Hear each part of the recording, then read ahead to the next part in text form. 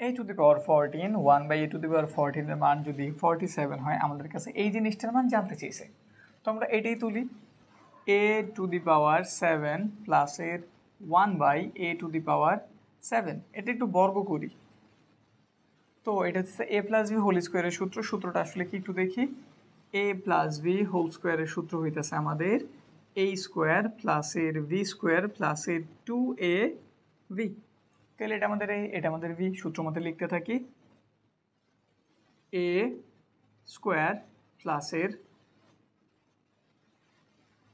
V square plus এর 2, এই গেল আমাদের a, এই গেল আমাদের v। এটা আমাদের সাইড নোটের মতো এই পাশে রেখে দিলাম।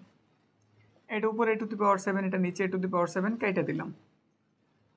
পাওয়ারে গুণ হয়, 7 দুগুণে কত তাহলে 14, 1 এর স্কোয়ার 1, 7 দুগুণে কত 14। এখানটাতে শুধু একটা 2 রইল, লিখলাম।